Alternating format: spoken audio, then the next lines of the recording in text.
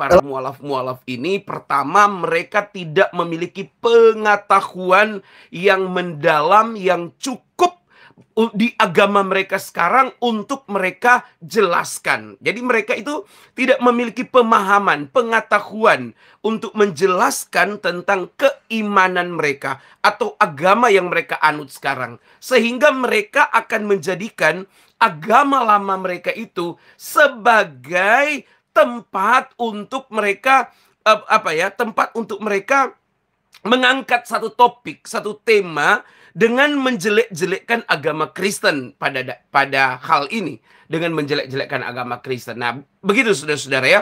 Andai saja mereka memahami tentang keagamaan mereka sekarang, maka saya percaya mereka tidak mungkin akan merujuk-rujuk kepada kekristenan. Warahmatullahi wabarakatuh. Jumpa lagi dengan channel Nalar Terarah. Jangan bosan-bosan untuk pantengin channel Nalar Terarah ini ya, karena kali ini channel Nalar Terarah akan mengupas tentang apa?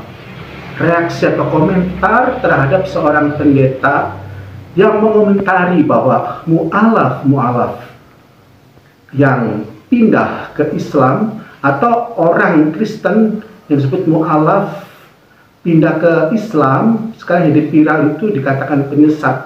Atau dengan kata lain, pendeta itu mengomentari bahwa mualaf yang mengkaji Bible itu adalah menyesatkan. Nah, saya akan merespon, memberikan suatu ulasan supaya kita bisa berpikir dewasa dan berpikir objektif serta terhindar dari prasangka buruk.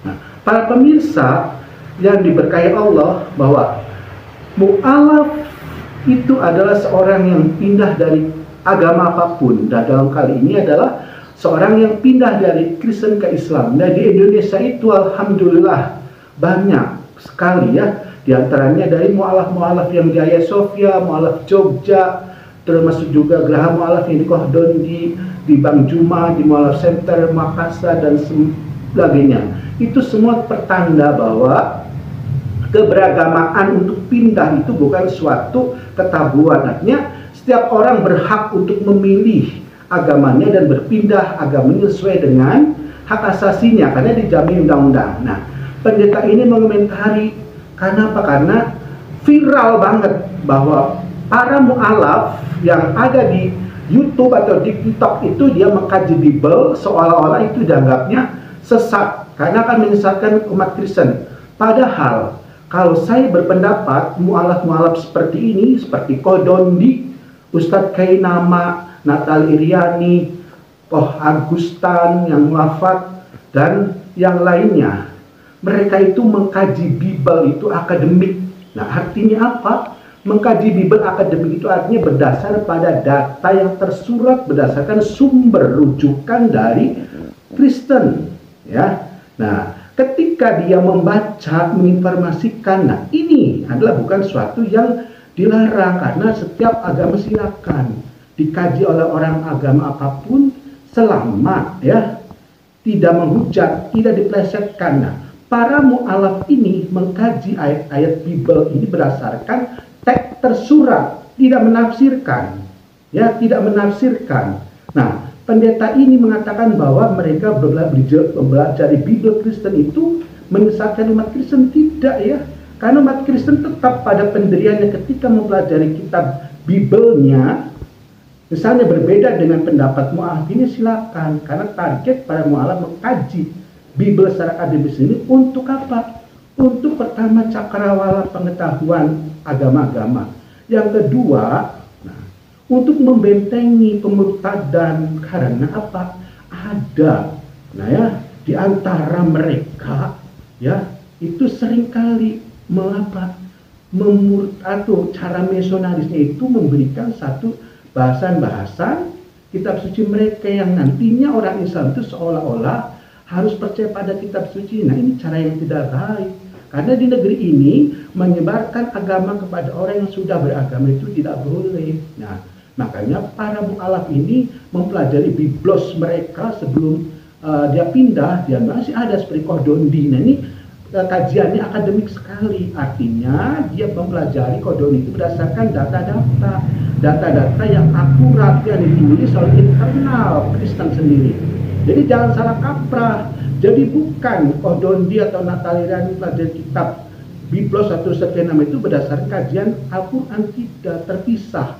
Nah, kecuali misalnya ayat Bible dikaji dengan perspektif Al-Quran. Nah, ini yang tidak boleh ya, karena ada segmen-segmen yang berbeda. Nah, ketika mereka para mualaf menerjemahkan, membaca Bible itu adalah berdasarkan tersurat, jadi tidak menyeleweng. Nah, logika mualaf ini bergerak ketika membaca teks bukan berdasarkan dogma ataupun doktrin. Jadi nanti bisa kelihatan kalau pendeta merasa tersinggung, merasa khawatir, ya kalau bisa berdialog dengan Kodondi ya, karena Kodondi sendiri dan mualaf ini siap untuk berdialog akademik, offline dialognya ya. Apalagi pendeta ini punya jamaah ya. Nah, jadi jangan sampai menyebar suatu prasangka buruk. Karena dalam beragama ketika menyebar prasangka buruk, kasihan umatnya yang dipimpinnya. Jadi dia seolah meniru figur pendetanya ya. Jadi langsung menyalahkan, padahal pendeta sendiri belum tahu objektivitasnya ya. Nah, kalau merasa ragu atau merasa ingin puas, ya kalau bisa berdialog dengan Kodondi ya, dialog terbukanya. Di situ baru kelihatan apakah Kodondi ini akan menyesatkan umat Kristen atau Kodondi ini akan merusak ajaran Kristen. Lihat ya.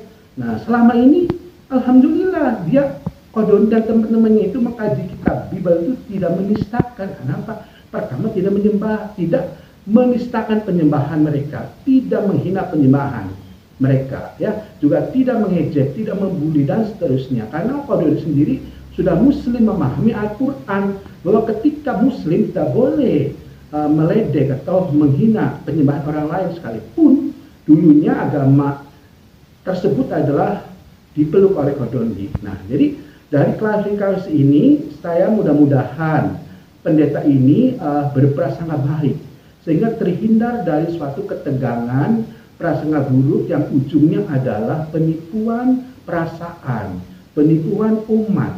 Nah, di dunia era terbuka ini harus diadakan dialog solusinya agar terhindar dari opini-opini pribadi yang monolog. Nah, jadi kalau pendeta merasa lebih hebat, ya silakan berdebat, berdialog dengan Kodondi dan belajar atau mempelajari kitab suci umat lain itu tidak dilarang. Nah ya, siapapun